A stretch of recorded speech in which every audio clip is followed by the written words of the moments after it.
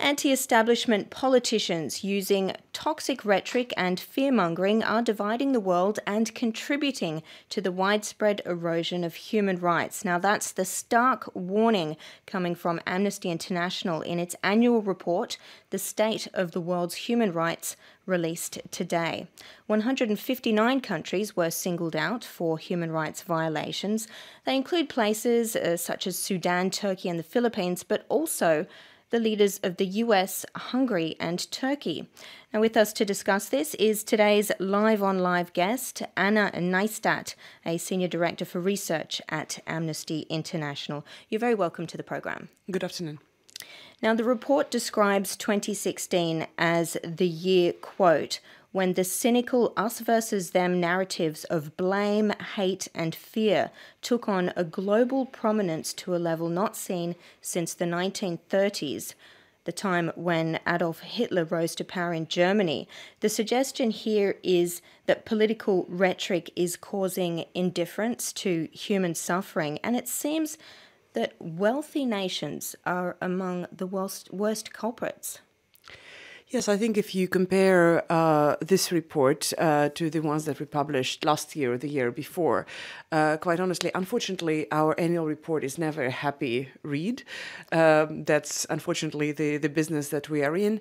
But I think if there is one thing that makes this year's report different, the 2016 one different, is the larger focus on nations, on states that at least think of themselves as promoters of human rights, as guarantors of human rights, and to a certain extent the ones that we have seen as our partners in the fight against injustice, against mass atrocities.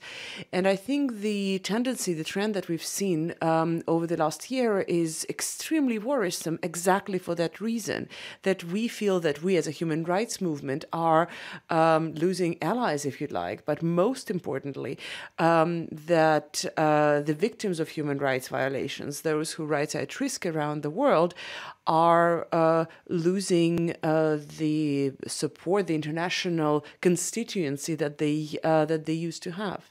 So this is also about creating or the problem of creating an atmosphere in which human rights violations are allowed to happen. I just want to seize on some of the catchphrases and the slogans that we've seen in campaigns. Donald Trump, he said, "Make America Great Again."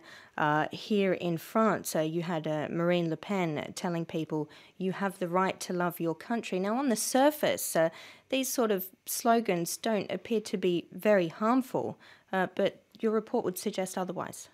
You're absolutely right, and very right to point this out. And it's not just the all around winning slogan is safety, right? This is something that they're playing on. It is greatness, it is patriotism, and it's safety. And I think it's this safety that probably tipped this balance to the point where we are right now.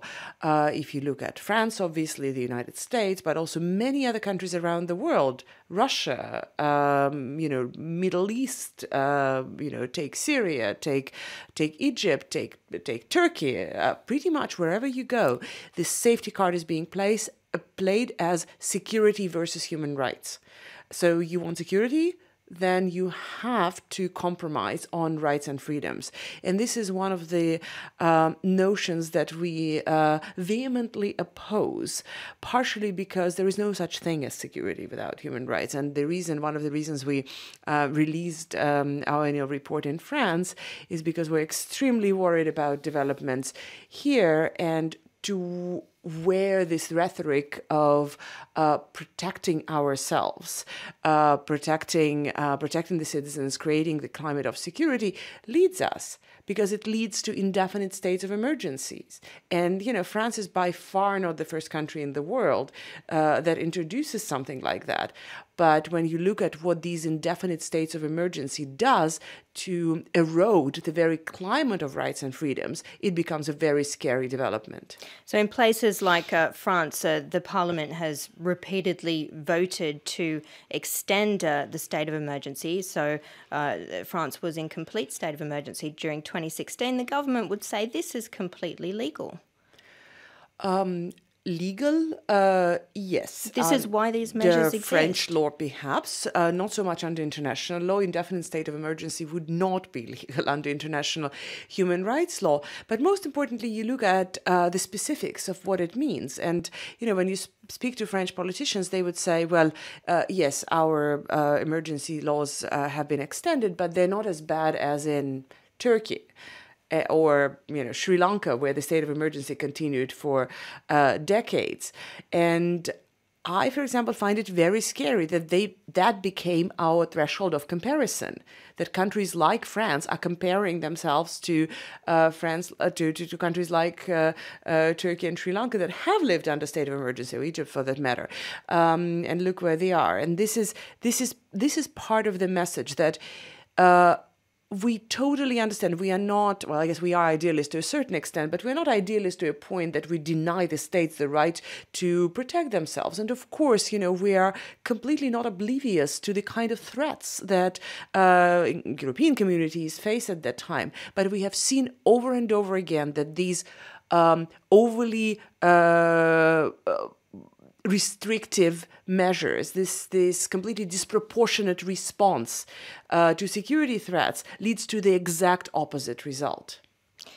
Now, just while we're on the flip side there, I want to talk about the refugee crisis. We are experiencing the worst refugee crisis since the Second World War.